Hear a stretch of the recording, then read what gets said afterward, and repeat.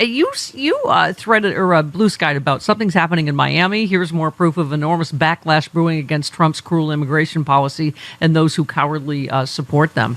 I mean, as a pollster, Fernand, it must, hearten you to see how bad Trump's polling is and how well we're doing on a lot of these issues. As it turns out, Americans don't actually like people being disappeared off the streets without due process, right? I mean, this really is the reason for optimism, Stephanie, and light, as you say, because in a period which should still be his honeymoon. I mean, we're just past the first 100 days. I mean, the first year of any administration, whether it's the first term or the second term, is always the high point in a lot of respects. And that he's already come crashing down to the lowest approval ratings ever for any president at this point, someone who's already totally defined. It's very hard to remake that ground. So I think this is why you're seeing the administration, to the extent that they have a plan, I don't think it's much of one, retreat, kind of fold in their pronouncements, because they know this thing is falling apart around them. And once those polls go down, rarely do you see them go back up. Yeah.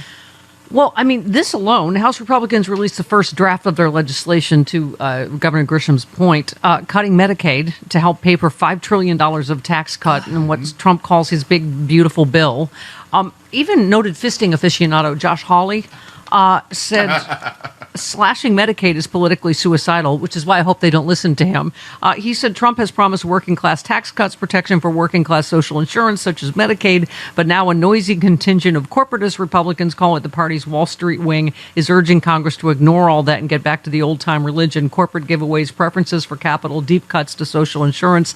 This wing of the party wants Republicans to build our big, beautiful bill around slashing health insurance for the working poor, but that argument is both morally wrong and politically suicidal. Ooh, he found religion. Yeah. No kidding.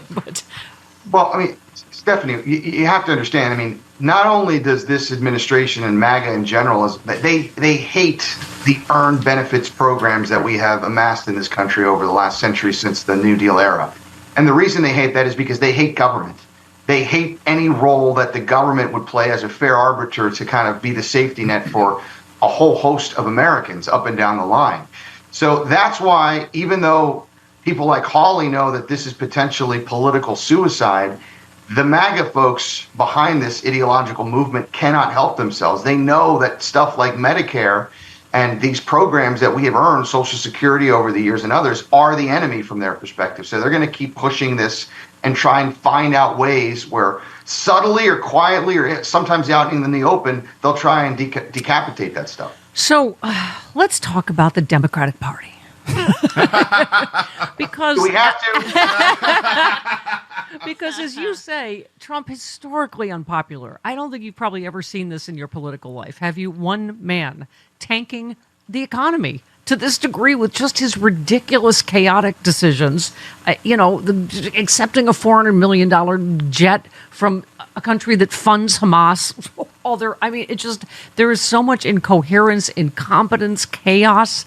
We really do have a remarkable, opportunity. I think I read a tweet earlier, Fernand, that just said, of course we always have to evolve as a party, but we should be united in fighting fascism. Like, we are at a really critical point. And obviously there's all these different stories, like just whether it's the DNC thing going on or, post-mortem again on the 2024 election.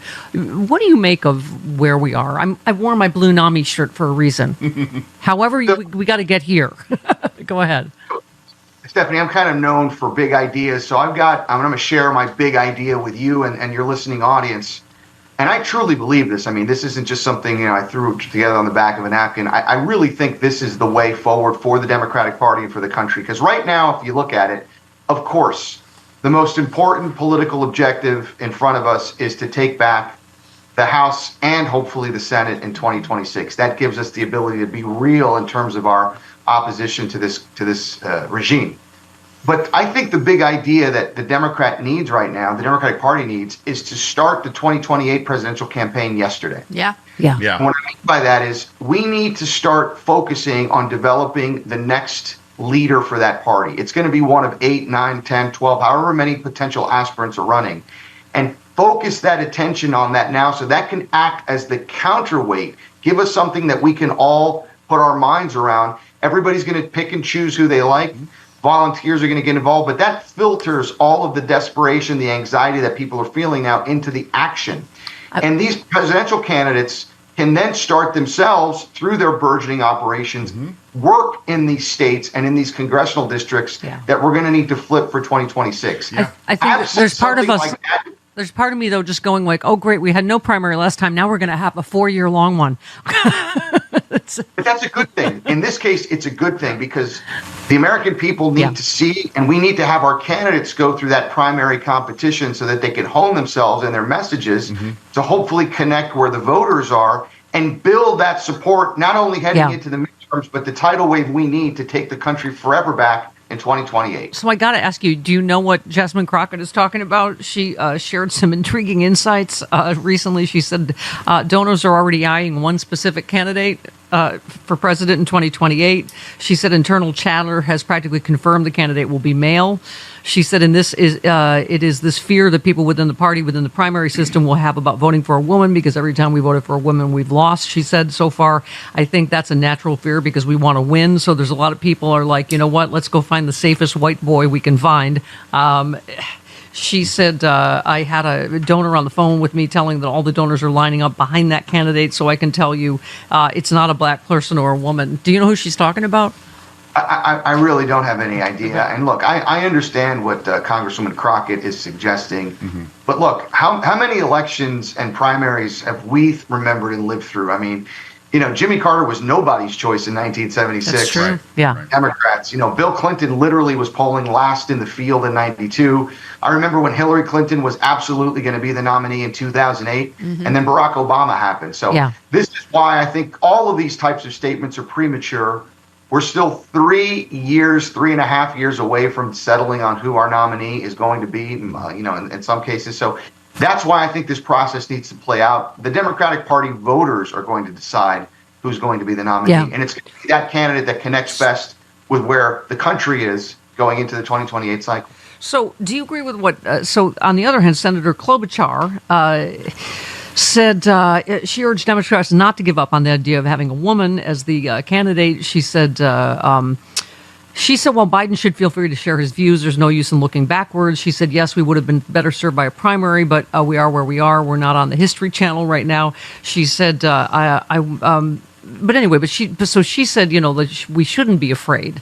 How are you feeling about that? Because I know I understand what Jasmine Crockett's saying, that we're all scared, like we have to win. I mean, I don't think any of us should take the bait on the litmus test of if the nominee should be a woman, a man, a Hispanic, an African American, a white angle. I think what we need to center our thinking around is who is the nominee that is best positioned to win the election, right? Whose message is resonating? Which nominee is inspiring the greatest amount of people and connecting with them at the same time? I mean, I think at this point, all of us would agree the only thing that matters is winning. And if that's a woman in 2028, let's go all in behind that strong woman candidate that's going to help us win. But winning needs to be the metric, nothing else. I'm curious your take. So Joe Biden's assessment of the timing of his withdrawal, he said it wouldn't have made a difference. He said, I wasn't surprised, you know, that obviously Kamala lost. She said, because they went the sexist route, the whole route. This is a woman.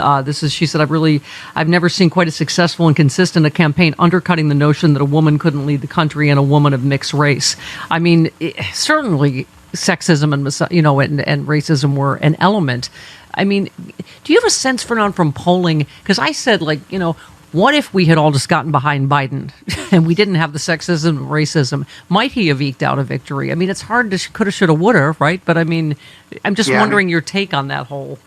To your point, Stephanie, I mean, it's these hypotheticals are always impossible. You know, hindsight's always 2020.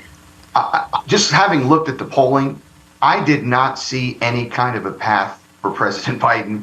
Because the fundamental question that most voters were saying as early as 2022, right, was that they felt he was just too old and not up to the job for another 4 years, right? Yeah. It might have been the same result because of ageism that we got with Kamala with sexism and racism. But I'm just before we go the DNC fight. I always want to talk to you for days, just in a hammock somewhere. Oh, Stephanie Louise Miller. in a hammock on South Beach. South Beach, yeah. Come on down. So, because I think we need, new blood and all of that.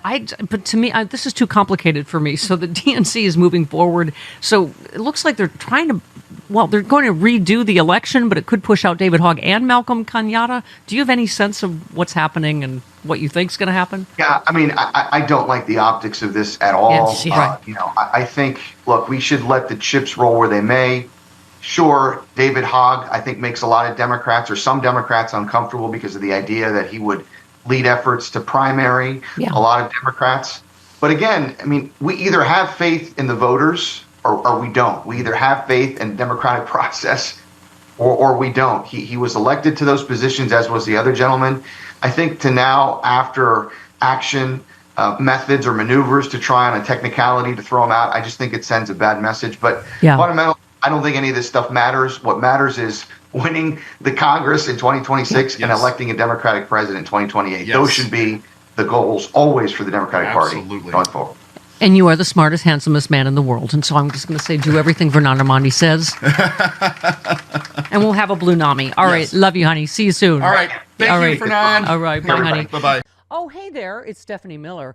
If you're like me and you love sharp political insight, pointy, you like it pointy and sharp, bold opinions, and a touch of humor to make sense of these crazy times, have I got some fantastic news for you. The Political Voices Network is now on Substack.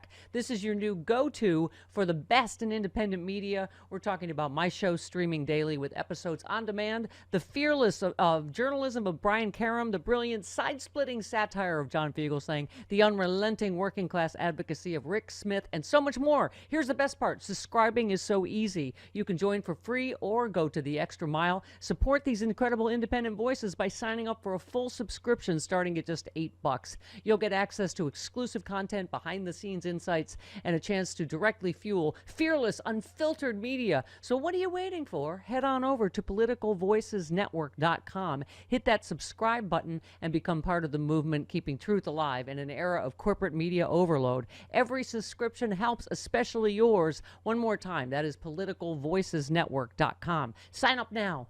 Do it.